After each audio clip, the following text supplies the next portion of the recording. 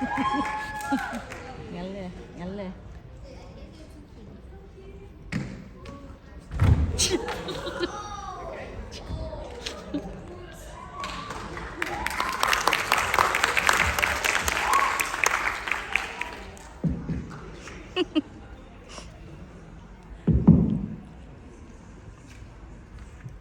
Hello, my name is Kian. As of today, I've witnessed the amazing speeches each speaker has given. Some of them psychological, some of them informative, often addressing an important problem. In sheer defiance of all this, I will be bringing forth an unrelated story from my childhood. Ask me why. why Why not? What, you got a problem? I'm here, okay? I have the microphone. You told us to ask why. No, that was a reference to the previous speaker. What's wrong? Huh?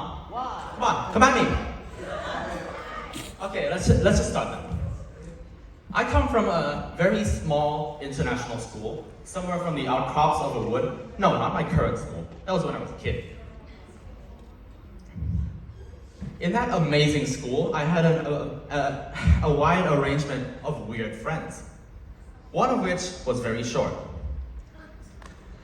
This friend and I, one day, decided to take a walk in the woods after school, for no apparent reason, other than that we have been told not to do so.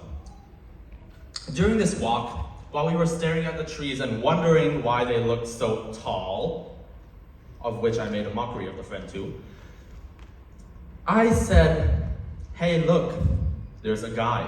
And indeed, there was a guy. He was walking. He was tall. So he walked over, he stared at me directly in the eyes, so I stared back. So we stared at each other for about 30 seconds. That's when he opened his mouth and uttered words which would influence me for the rest of my entire life. "Dude, you're a vampire." And I said, "No, I'm not, because I'm human." But he said, "You see that?" And he pointed to the spot where the sunlight shone. And I walked over. And he said, "Does the sun feel hot?" I said, "Yes." And I realized that this guy was the real deal. He was so astoundingly smart, he figured out my secret bloodline as a vampire. I was shocked. So for the rest of that semester, I followed this amazing sixth grader around, day after day. Throughout my apprenticeship under this guy, he would send me on missions, me and my amazing best friend.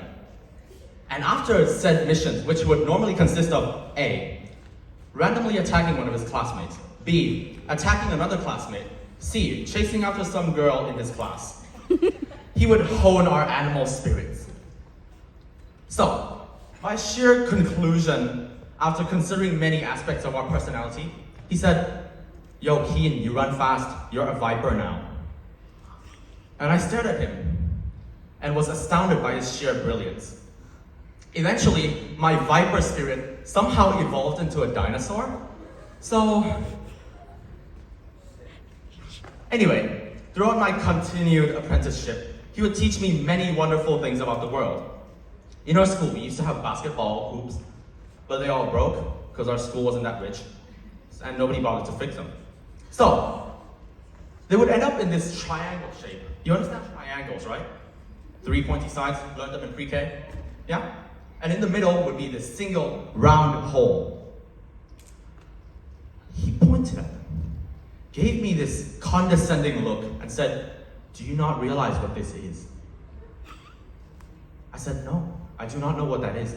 Can you explain?" He stared at me, and he bellowed, "Illuminati!" Which was something that had grasped our friendship for years. Everything was Illuminati. The holes where branches had been cut off trees, Illuminati. Everything was Illuminati. Unfortunately, of course, the school year ended.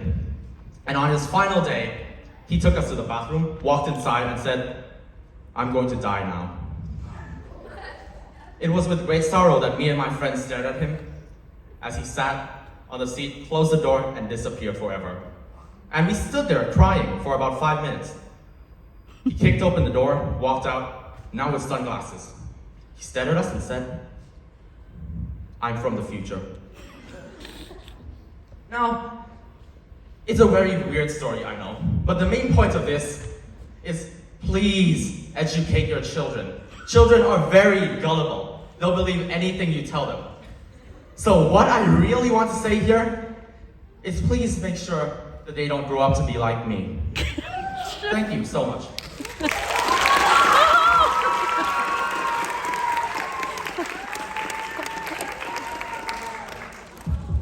All right, thank you, Keen, for that wonderful speech. Now